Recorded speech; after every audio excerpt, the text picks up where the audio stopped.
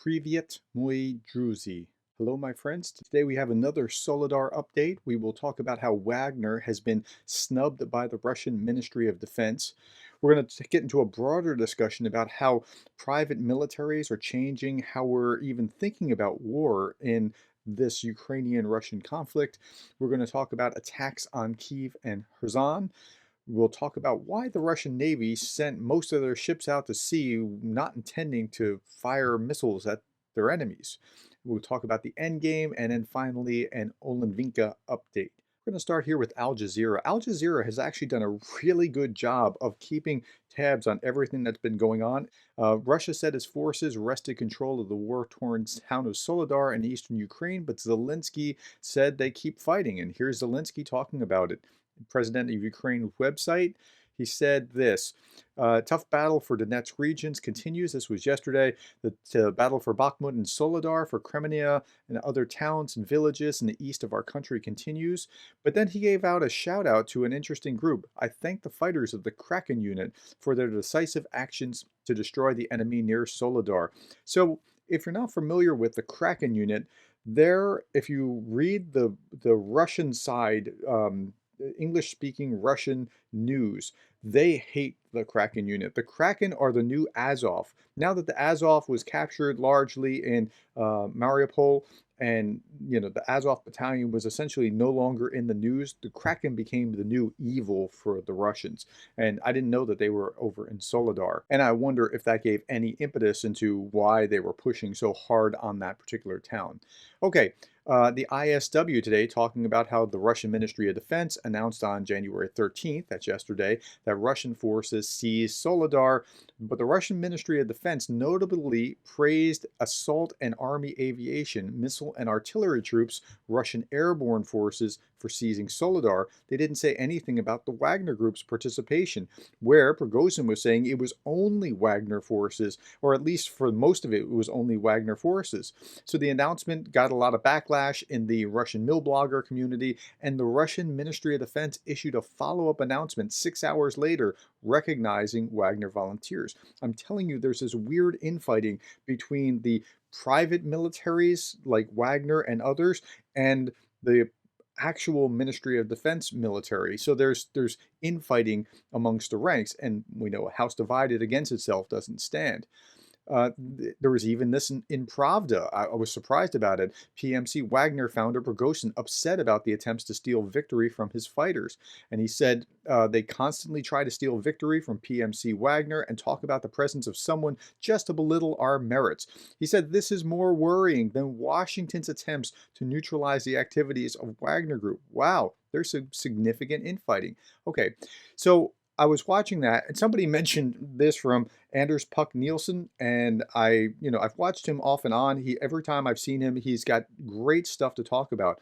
But he said two things in here that I thought were really fascinating and apropos to what we're talking about here. So I'm going to play this. A remarkable example of the Wagner Group's influence, I think, is probably the fact that they are recruiting fighters from the Russian prisons. Like, if we think that thought through, then that's actually pretty wild. Like a private company that is engaged in business that is illegal according to Russian law apparently has the power to go around and grant pardons to inmates in Russian prisons if they sign up for that illegal activity. And of course, the Wagner Group is not the only private military company in Russia.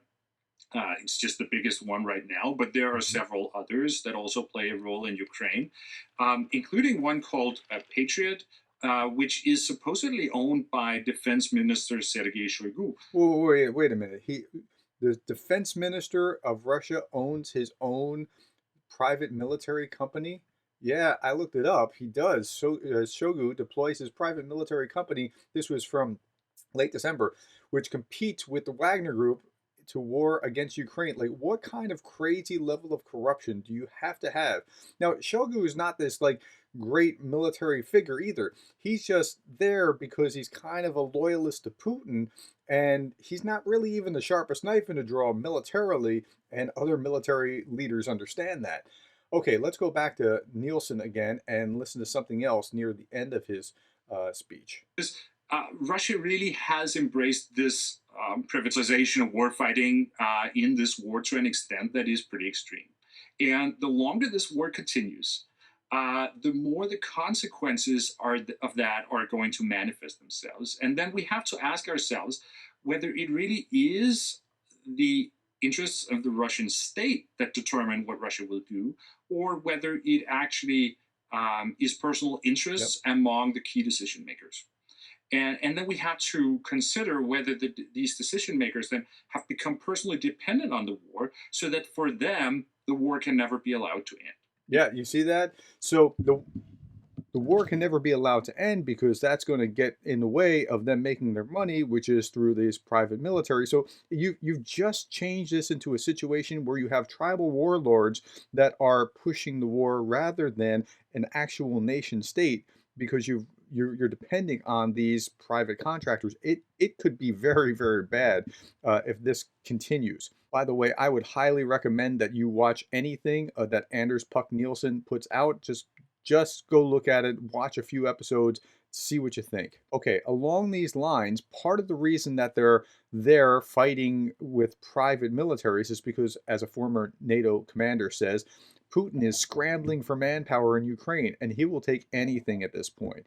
And anything means people that just got out of jail that are working with Wagner, and anything means scooping people off the street. So if he can use private contractors, he's willing to do that, which is a very different thing because he's trying to hold a balance between having the manpower to sustain and not ticking off the population to the point where they want to get rid of them. Now, in other news, I was just thinking yesterday as we're going through, like, we've been so focused on Soledar, well, Bakhmut first and then Soledar, that I was thinking, it's funny, I haven't heard anything about a missile attack. And then what do I see first thing this morning? There's a rocket attack on the capital. Stay in shelters until the air raid siren is canceled. What we also saw was that I wasn't wrong. Here is DW talking about the same thing across the Ukrainian capital on Saturday morning, air raid sirens. Kyiv has not been attacked since New Year's Eve. Like, so that's right. I mean, I was just thinking it's funny we haven't heard about this for a long time because they were fighting actual war with soldiers. We saw it also with Kherson. The occupiers shelled the territory of Kherson region 66 times over the past day, including 19 times the regional center of Kherson. So they're back to where they were. Now they're also doing something that's very interesting and very different. This is the British Ministry of Defense, and they're talking about how on January 11th, this is just a few days ago, a group of at least 10 naval vessels from Russia's Black Sea Fleet departed for Novorossiysk naval facility. Why? They're not over there to fire missiles. They're just getting out of Dodge for some strange reason. Given the type and number of vessels putting to sea at the same time, the activity is likely a fleet dispersal in response to a specific threat, not going out to menace Ukraine. The Black Sea Fleet largely remains fixed by perceived threats from Ukraine and continues to prioritize protection over offensive or patrol operations. Now, I talked about this on day 177, Crimea and the Naval War. And if you've not seen that particular episode, please go watch. And I'm going to post this at the very end. Why attacks on Crimea are so devastating to Russia. Like at the time, Russia was actually like taking ships out of port and putting it into the middle of the Black Sea so they couldn't be attacked by Ukraine when Ukraine had no navy to speak of. And I talk about that. They have no navy, and they've sunk Russian ships. Russia hasn't really done anything. They scuttled their own ships early on. The Ukrainians scuttled their own ships early on. Anyway, I'll put it at the end. You can see that there. Okay, switch gears again. Let's talk about the endgame. Russia outlines the endgame for the Ukrainian conflict. Vasily Nebizha said he's the United Nations permanent representative. Speaking at a briefing at the UN Security Council, said this: the opportunity to settle the conflict in Ukraine will only present itself once Ukraine stops posing a threat to Russia and discriminating against Russian-speaking Ukrainians. Wait, how is Ukraine posing a threat to Russia? Well, they're posing a threat to Russia because one day they might join NATO and then NATO would be right on Russia's border. So they have to eliminate this government, topple the government, and make sure that that never can happen. So that's what they're talking about here. Now, in the Voice of America, we see Condoleezza Rice, and I talked about an article that she and Robert Gates, the former Secretary of Defense, she was the former Secretary of State, and Robert Gates was the former Secretary of Defense, and they wrote an article about a week ago, but she's being interviewed after that. Voice of America says this to her: "You have called for Washington to provide for Ukraine with more powerful weapons. One of the main arguments against that position is that it can provoke Putin to escalate, including the nuclear option." And Rice's answer was, "I don't know how much more you can provoke Putin. He's tried to extinguish his neighbor. He's engaged in terrorist tactics. They're engaged in war crimes." When I hear people say you might provoke Putin, I think, what is there more to do? When you think about nuclear, it's not a zero possibility, but I think Putin does care, oddly enough, about his international standing. That's right, he does. To do that would make Russia a large North Korea, a pariah state in the future. Not just have we warned Putin, but he's been warned by the Indians and by the Chinese that the nuclear option shouldn't even be considered. We cannot deter ourselves, which is what we've been doing. We've been deterring ourselves by not providing the offensive weapons that Ukraine needs. We cannot deter ourselves and the Ukrainians by trying to deter something that I think is unlikely. And I think that's a great final statement. Okay, one last article, and this was fascinating. Now, some people have been telling me in the comments, oh, there's nothing to see here with this change of leadership. Leadership changes all the time. I would bet you that there's something here. Everything in me, when I saw this change, said there's something going on here. Now, this article was really revealing. This was also in Al Jazeera. 67-year-old chief of the general staff, now Russia's most senior general, has been at the helm of what the Kremlin dubs a special military operation. This is Gerasimov, and he is the new commander in Ukraine. Gerasimov didn't plan and categorically rejected the war, said one of his top deputies. Whoa, he wasn't involved at the outset. He was opposed to it. Gerasimov's alleged resistance contradicted the opinion of his boss, Defense Minister Sergei Shoigu, who is among a tiny circle of top officials who planned the invasion that caught most of the Kremlin by surprise.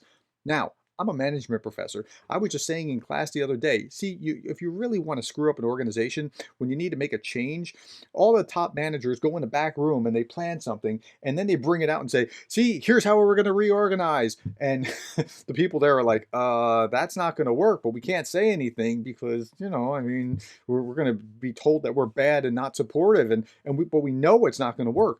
Well, apparently Gerasimov was one that wasn't involved in the original planning. The original attack on Ukraine was kind of stupid. It wasn't focused like it needed to be. It was just coming from all kinds of different angles. Now, despite his objections, Gerasimov and the rest of Russia's top brass opposed to the war embraced it at the end. Gerasimov didn't quit, he didn't shoot himself, so he accepted the war.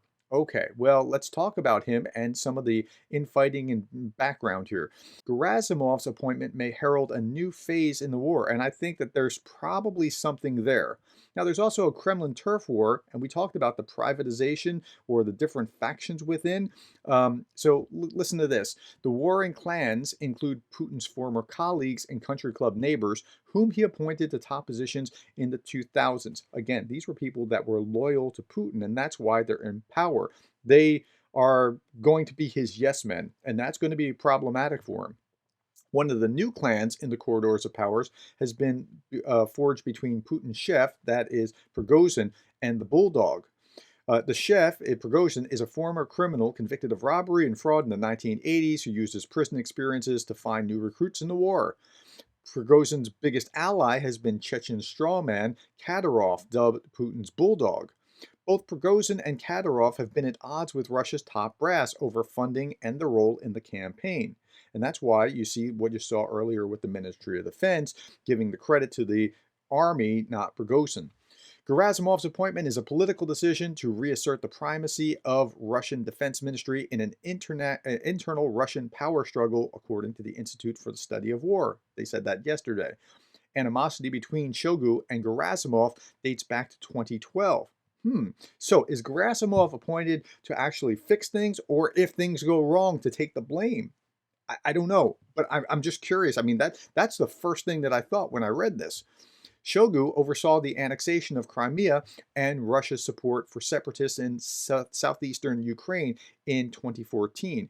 Gerasimov was behind the actual planning, and in 2015, Ukrainian prosecutors called him the chief ideologue of the separatist war that killed more than 13,000 and uprooted millions. Now, listen to me very carefully, and this is very important. The Gerasimov is known for the Gerasimov'S doctrine. The Gerasimov doctrine is that the war is not just a hot war, but there's an informational war, and there's a political war, and there's a economic war, and maybe even a humanitarian war. And I've been saying that there's these layers of things all along. I wasn't even aware of the Gerasimov doctrine, but as I'm reading about him, he says you have a 4-to-1 ratio of all these other things to military war. That's how you win the war. That's exactly right. That's how he's going to fight it. So remember, when he was the chief ideologue, he was the propagandist behind this. He was the one kind of setting the stage so that they could do what they were doing. Very important. Gerasimov is going to make a big change in this war. I'm not exactly sure how, but the person that you're putting in place is going to have a significant impact. Leaders have a significant outsized impact on the organizations that they lead, and I'm telling you, there's something here with Gerasimov. Okay, last thing that I want to talk about, and this is a couple of days old, but I only saw it recently. UN disbands Russian-blocked fact-finding mission into the mass killing of the Ukrainian POWs at Olenivka prison. Remember that? The U.S. shot HIMARS into this prison and killed those Azov fighters. No, but the Russians were saying at the time, we want a UN inspection. We want to bring the Red Cross in to see what's going on here. It looks like they blew up these guys and they never let anyone in. 5 months they haven't let anyone in, and they're not going to let anyone in, and the UN is disbanding the fact-finding missions because Russia just will not allow it. Okay, that's how the Russians play. They play dirty, they lie about things, say, no, no, no, we want the proof, we want the evidence, come in, we're going to have the fact-finding mission, and then they never let them in. So if this was helpful today, I would really appreciate it if you would share it with someone who could use it, subscribe, and ring the bell so that you're notified when a new video drops. Please give me a like if you're still watching so that the YouTube algorithm can spread this. Thank you for your time, and I want to end with this. Dyaku shoku vi Boliviaze za Ukrainiu. Thank you for supporting Ukraine. I'll see you tomorrow.